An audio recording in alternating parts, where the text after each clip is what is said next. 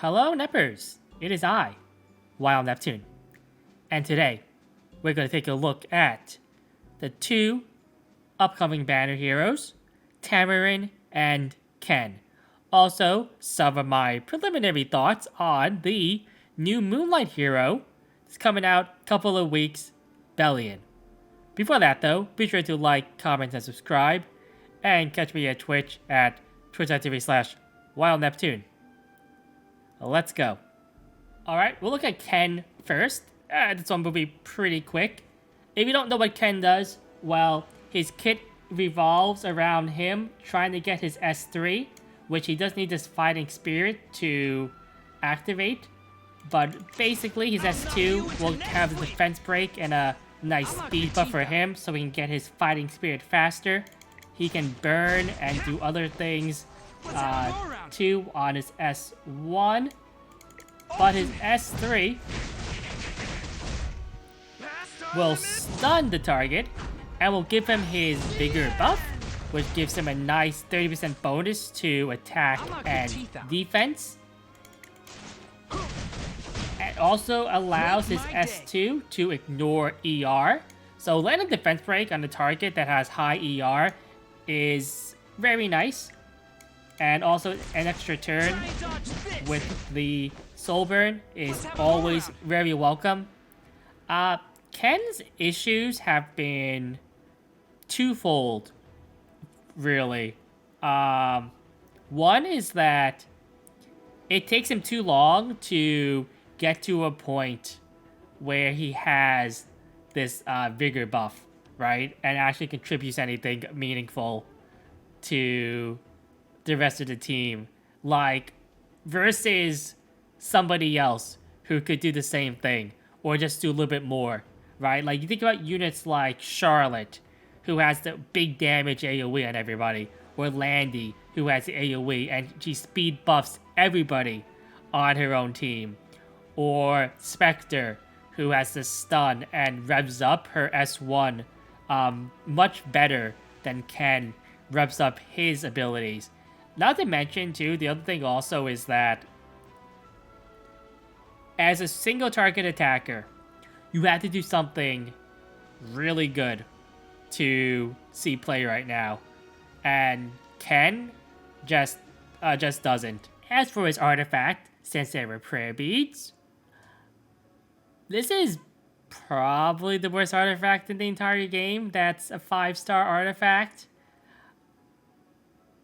I do have a video coming out soon that will go over some artifacts. And this one is just... it's just really bad. A chance for a defense buff or ER buff at the end of your turn isn't going to do anything, right? Like a chance to... especially ER, right? That's...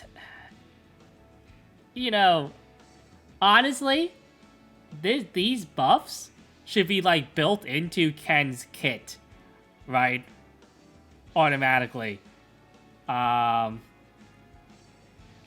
Ken's kit should just have what this artifact does on it already.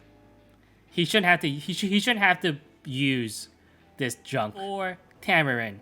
I went over her already in another video, but in case you missed that, her big jar is her idol form, which fully cleanses everybody on the team, fully heals her.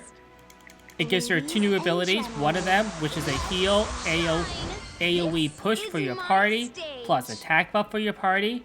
Her S1 will dual attack with the highest attack member on your team, and also will do an AoE full strip on the enemy team. In her peasant form, I don't know why she's dressed like it's the Middle Ages, but her S1 is a damage single target heal, and her S2 is an AoE heal.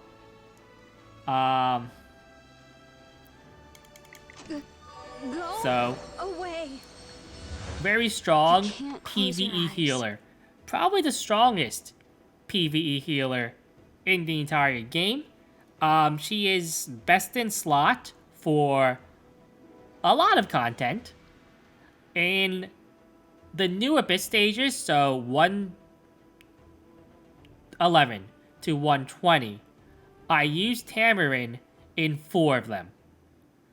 So that just gives you a idea on how often she's used.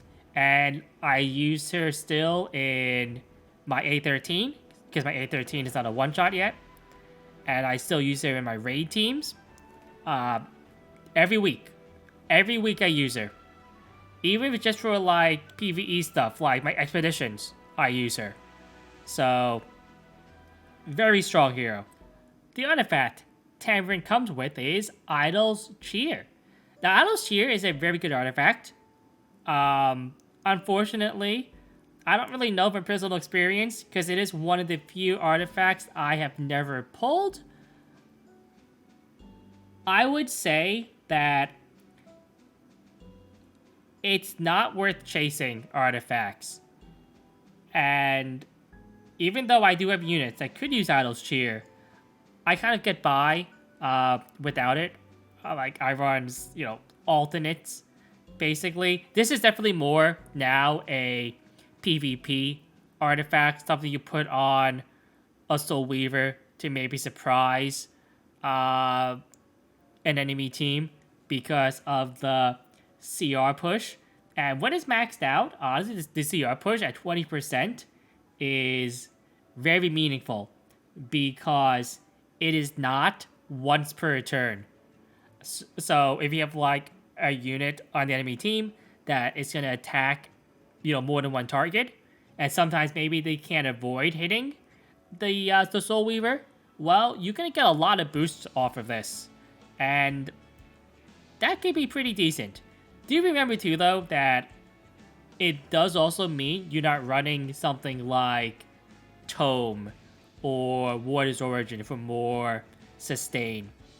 So you do give up things, right? And Idol's Cheer has sort of fallen out of favor with all the burst damage that is in the game right now. But it is a consideration. And now for Belian.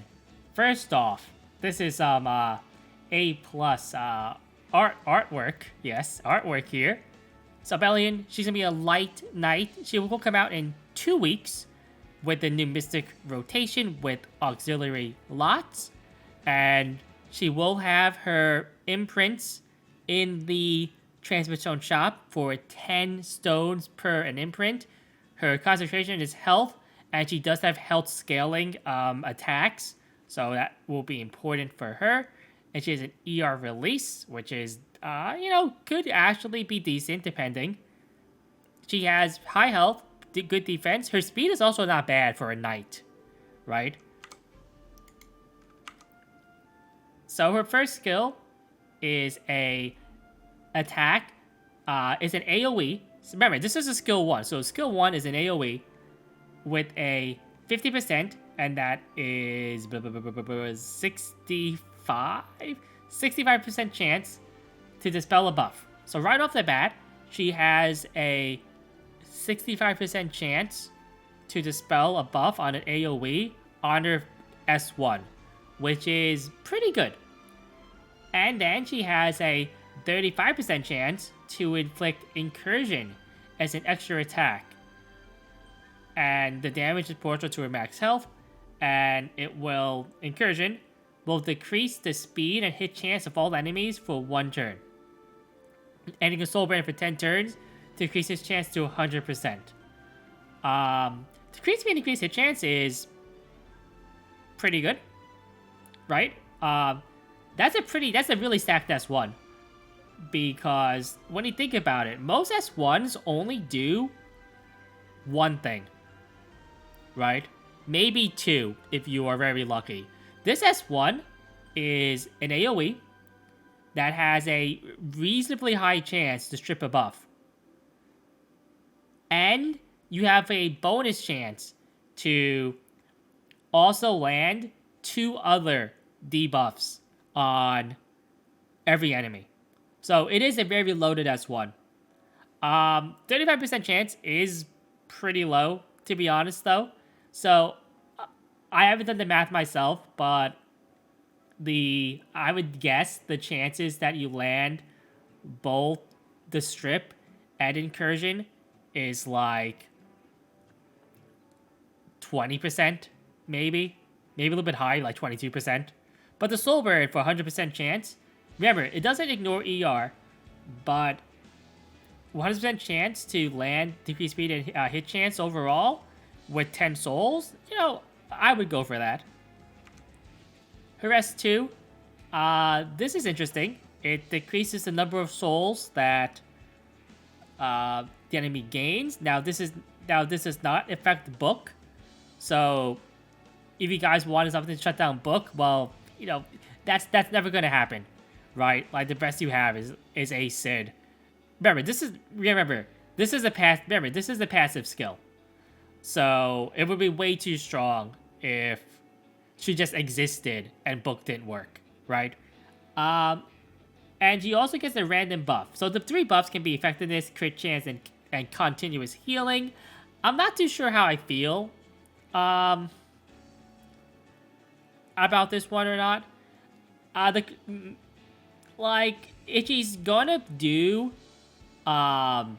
decent damage with crit, do you really build her with 50% crit? Just because this exists? I don't know, right? If that was the case, I kind of wish this was maybe crit damage instead of crit chance, because I don't know how, if that's gonna be a thing people might do. Finally, Apocalypse. This is the S3, which turns into the giant,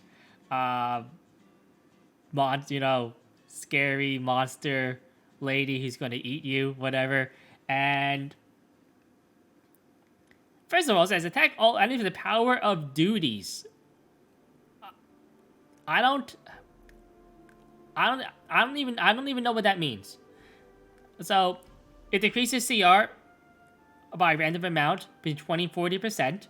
And 20 to 40% is a big range, but also it is a pretty big CR decrease on an AoE. It also has to provoke, and will also increase her own defense, which is pretty good. And it's another health scaling ability. So, really interesting. I'm not sure how it's gonna pan out. I feel like unless she does decent damage, she's gonna be a niche counter pick.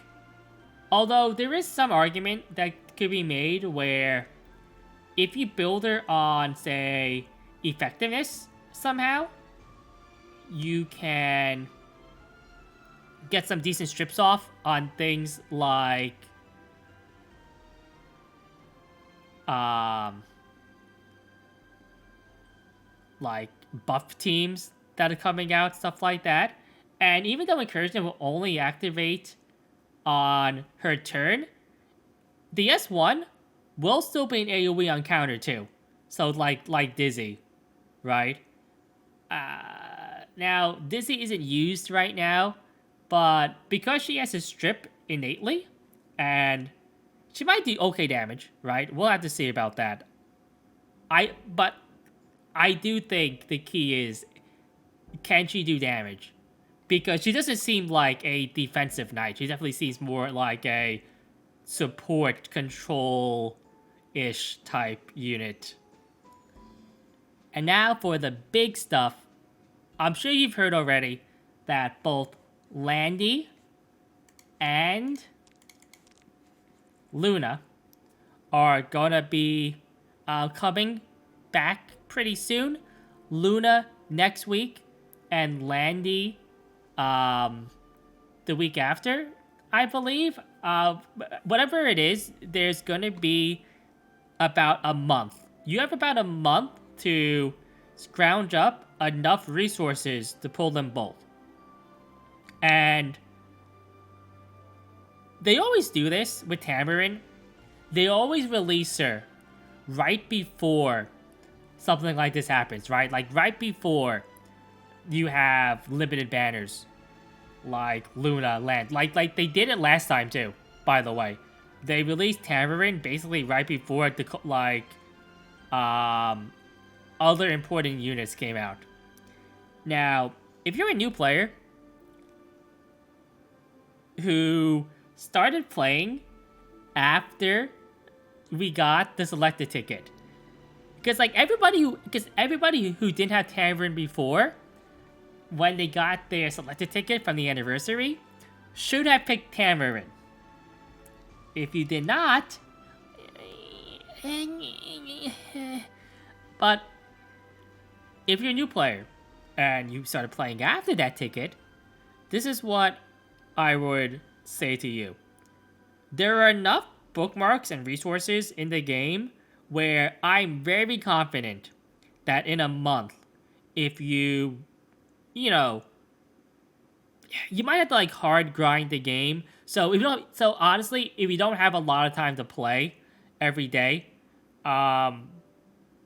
this might not be for you. But I know for sure you can get enough resources to pull on 2 banners. So both Luna and Landy in a month. Especially with all of the bonus resources that they're giving you. Like this week alone, they're giving us, I think it was 60 free bookmarks. And then you have the side story bookmarks too. And as new players, you should have this thing right here, which is triple S your heroes. I already finished mine, but if you do this by triple S your heroes, you do your memory imprint thing. So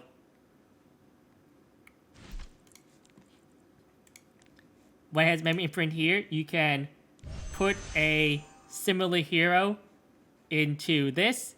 It gets this triple S. It works with 3-star heroes, and get free bookmarks that way. If you're new players, you still have all your story mode. You have all your other stuff to do too to get all those bookmarks.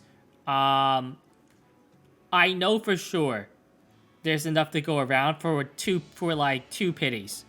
Now 3, I would say if you have reasonable luck, yes, you can get Tamarin, Luna, and Landy.